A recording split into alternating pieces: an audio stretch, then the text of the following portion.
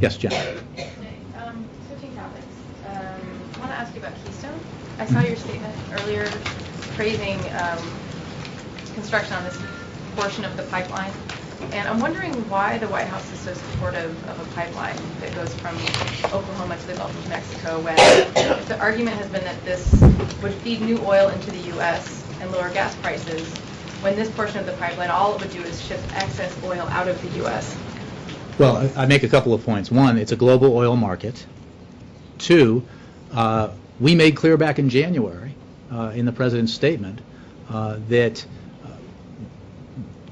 Cushing, the pipeline from Cushing to the Gulf could potentially be important precisely because there are bottlenecks in Cushing right now that prevent what is essentially a glut of domestically produced oil from getting to market, getting to refineries and getting to market.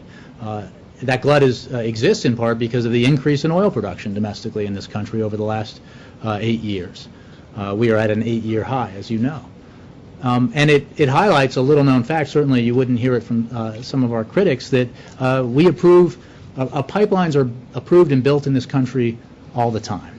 And this one is important because of the reasons I just mentioned, the bottleneck that exists, the glut of oil that exists, and we need to get that oil to the state-of-the-art refineries in the Gulf and get it to market. That's an important process, and we'll make sure that any federal permitting that is involved in the Cushing pipeline will be acted on very quickly. Will there be an environmental review at this leg? Everything will be done by the book and by the as it always is.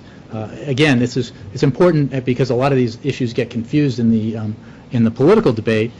The reason why Keystone XL required the review that it did is because that pipeline crossed an international boundary, and the State Department, by tradition and rule, reviews those requests for permits, and was in the process of doing just that when the Republicans forced us to deny it, because they tried to compel the administration to grant a permit to a pipeline, the route for which didn't even exist, which was obviously not the right thing to do.